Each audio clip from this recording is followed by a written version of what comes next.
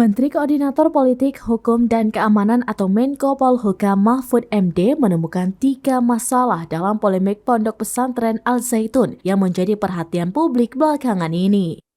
Temuan masalah itu ditemukan setelah Gubernur Jawa Barat Ridwan Kamil melaporkan perkembangan investigasi tim lapangan kepada Mahfud MD di kantor Kemenko Polhukam Jakarta pada Sabtu 24 Juni 2023.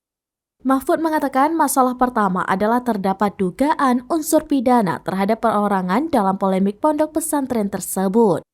Namun dia tidak menyebutkan secara rinci terkait unsur pidana apa yang terdapat dalam kasus itu. Nantinya, kata Mahfud, dugaan unsur pidana ini akan ditindaklanjuti oleh Polri termasuk pasal apa yang akan dijerat dalam kasus tersebut. Masalah kedua, kata Mahfud, adalah masalah pelanggaran administrasi yang dilakukan oleh Yayasan Pendidikan Islam atau YPI yang menaungi Pondok Pesantren Al Zaitun. Terakhir, Mahfud menyebut Pondok Pesantren Al Zaitun juga diduga telah menyebabkan gangguan ketertiban. Masalah ini kemudian diserahkan Mahfud MD kepada Forkopimda Jawa Barat. Untuk informasi, pondok pesantren yang terletak di Indramayu, Jawa Barat ini mendapat sorotan publik seiring pernyataan yang disampaikan pengasuhnya, Panji Gumilang, yang membuat resah dan gaduh masyarakat.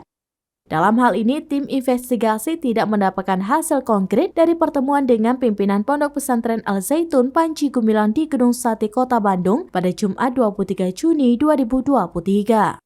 Pertemuan itu menghasilkan kesepakatan baru antara tim investigasi dengan Panji Gumilang. Kesepakatan itu berupa permintaan waktu dari Panji Gumilang untuk menjawab semua pertanyaan yang diajukan tim investigasi.